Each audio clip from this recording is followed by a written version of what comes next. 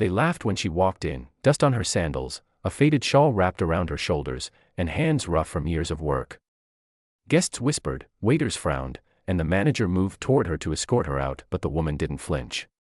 She simply smiled, because in a few minutes, when the truth came out, every person who mocked her would stand frozen, realizing that simple woman they tried to push aside was the true owner of the entire five-star hotel, and that wasn't even the most shocking part of her story. Maria walked slowly through the golden revolving doors of the Royal Crown Hotel, a place where crystal chandeliers glowed like stars and marble floors shined bright enough to show her reflection.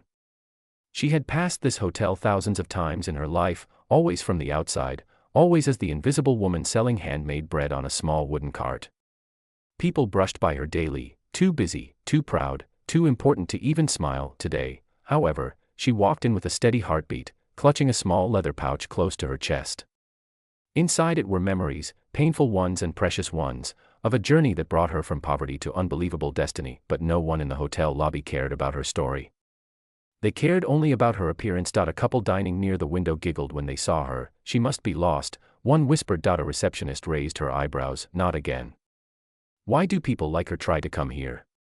Even the security guard stepped forward, ready to remove her. Maria kept walking. Each step reminded her of the years she spent being overlooked, selling bread under the scorching sun, feeding her sick mother with whatever she earned, and sleeping in a tiny room with a leaking ceiling. She remembered the customer who once told her, "You're too simple, too soft. Life will eat you alive."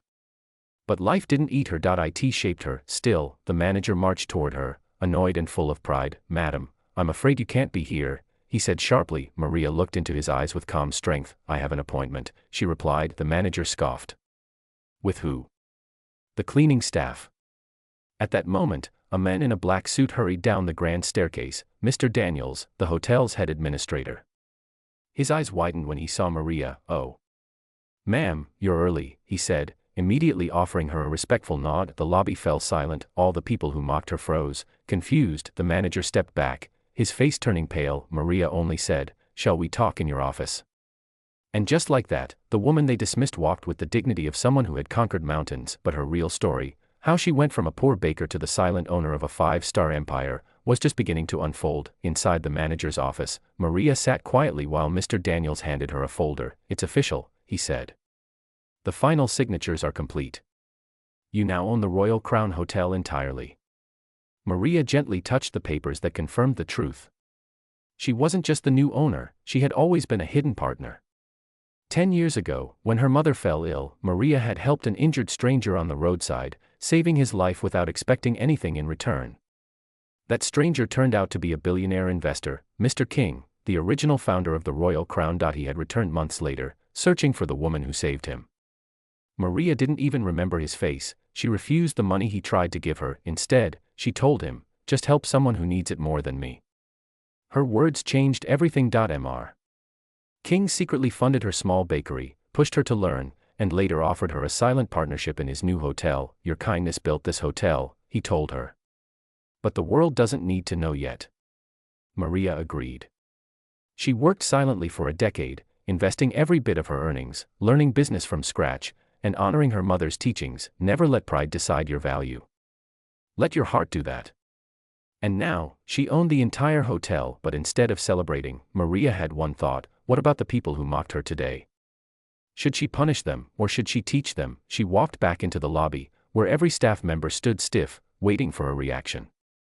The same manager who tried to push her out was sweating, terrified of losing his job. Maria looked around. "I'm not here to fire anyone," she said softly. "I'm here to remind you that respect is not something you give only to the rich.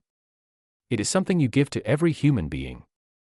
The guests who mocked her lowered their heads in shame. Some apologized through trembling lips. The manager whispered, I'm so sorry, ma'am." "I had no idea," Maria replied. "You don't need to know who someone is to treat them with kindness." From that day, she introduced new policies: fair treatment for all, equal opportunities for workers from humble backgrounds, and a hospitality culture rooted not in perfection but in humanity. And the hotel flourished more than ever before, not because it was luxurious, but because it became a place where dignity lived. As Maria walked out of the lobby, sunlight poured over her like a blessing. She wasn't the poor bread seller they overlooked, she wasn't the silent partner anymore, she was the woman who built an empire through kindness, and taught an entire world the value of humility. and for the first time in years, she felt truly seen.